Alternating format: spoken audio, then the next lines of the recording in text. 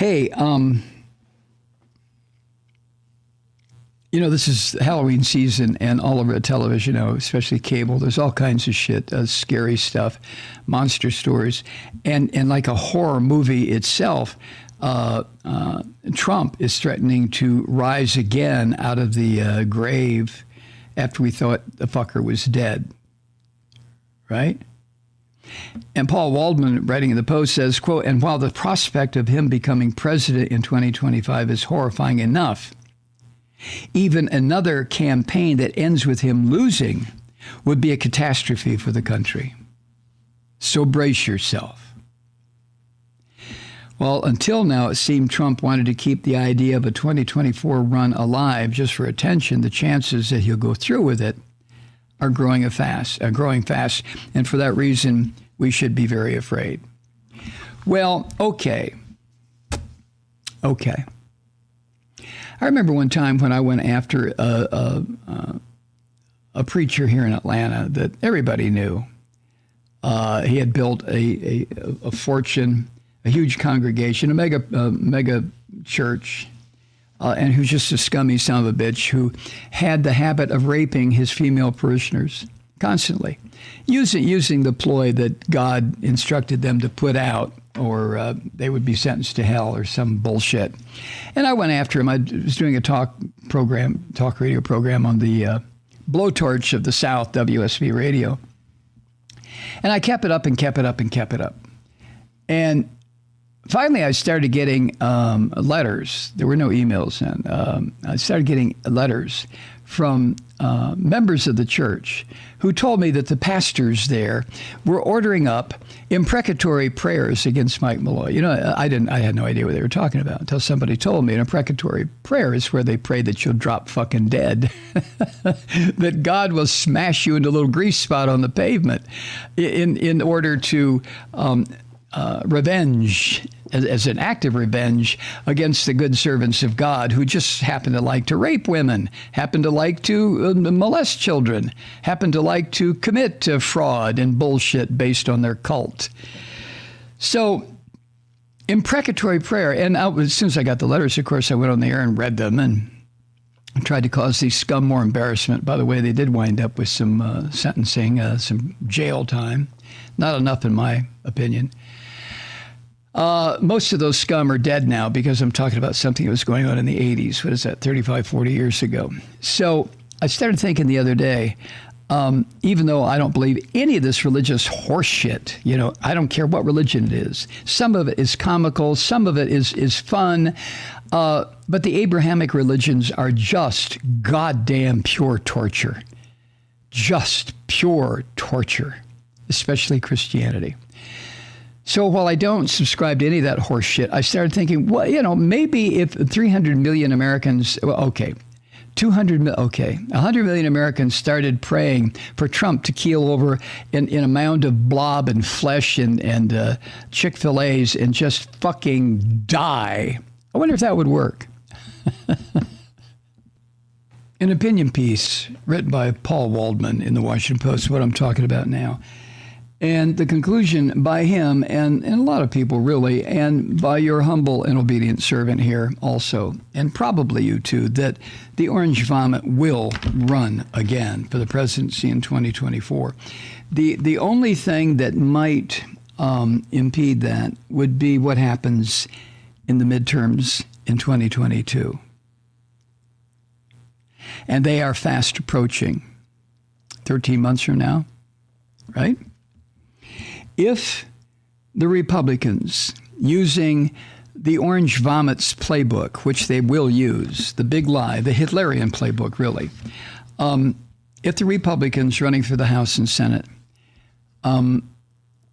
do what usually happens in an off-year election, so-called off-year election, and that is gain control of one or both houses of Congress, then Trump will run.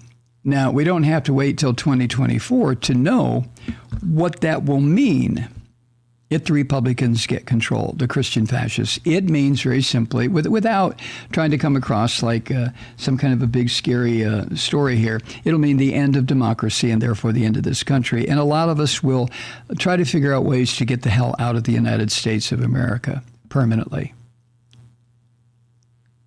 I mean, that's what we're faced with. There's no point in missing words. There really isn't. That's what we're faced with. Now, Waldman says there are a number of reasons why Trump might decline to run. He'll be 78 years old in 2024. Big fucking deal. I mean, so what? Trump hopefully will be dead by then. I mean, it is, almost 3 years away. I just hope he'll keel over, and that'll be it. And then maybe the one that looks like walking cat piss, Donald Trump Jr., maybe he'll take over. Another reason that Trump may not run is he's got all these legal problems that he's facing. And he is losing, he's losing his businesses, which were never that much anyway. They were more or less endorsements or, selling his name, letting people use his name. So if he ran again and lost again, he would be marked as the biggest loser in the history of American politics, even worse than Nixon. And he's it's been his lifetime, not focused on anything even halfway decent, but he spent his whole life trying to convince everyone that he's not a loser. Oh, my God. Republicans seeking office, whether re-election or election for the first time, are rallying around the fact that the orange vomit may run again. As Waldman points out, when Trump took hold of the 2016 primaries, his party went through a period of public breastfeeding, with many Republicans proclaiming, he shouldn't be our leader. Nothing like that is going to happen this time. No.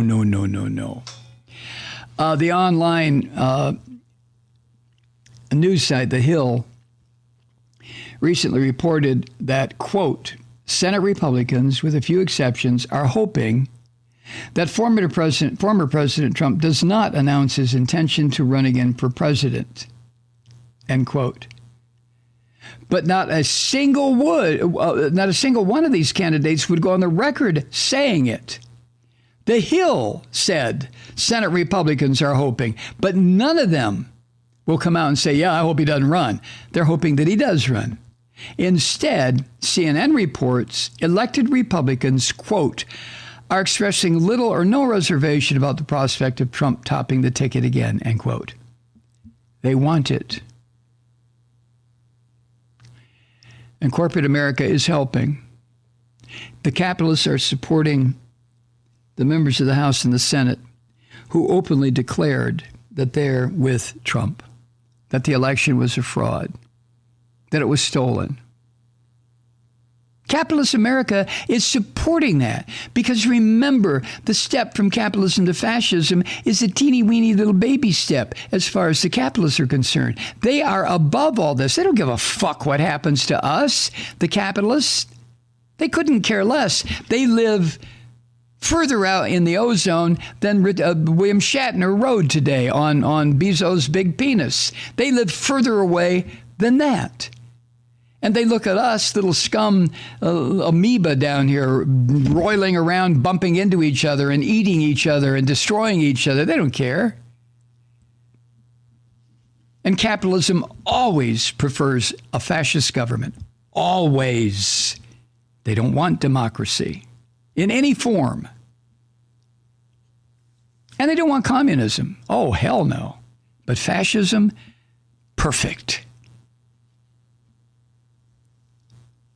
And even if Republican voters have a few doubts about this filthy pig, Waldman writes that a recent Pew Research Center poll found that only 44% of them want Trump to run again. But just about every Republican or Christian fascist politician will either dodge the question when asked, do you think Trump should head the ticket, or endorse the idea of his running. What happened to Republicans? What about your cowardly little pricks they've all turned out to be? The men, the women, the female Christian fascists are screaming goddamn hyenas I mean, look at him, Bobert and the Q whore from here in Atlanta, and the rest of these assholes, these women. They're just screaming banshees, sirens. I mean, it's horrifying. But the Republican men, office holders, they've turned into a bunch of little twits. So the idea that the Republican politicians, the Christian fascist politicians, won't do anything about Trump, when, matter of fact, prefer he was at the head of the ticket, it creates a snowball effect. Which is this: the more Republicans show they won't stand in his way, the more others will fear stepping out of line, and then the more the orange vomit will become convinced that he'll have the whole party behind him if he runs. And he will.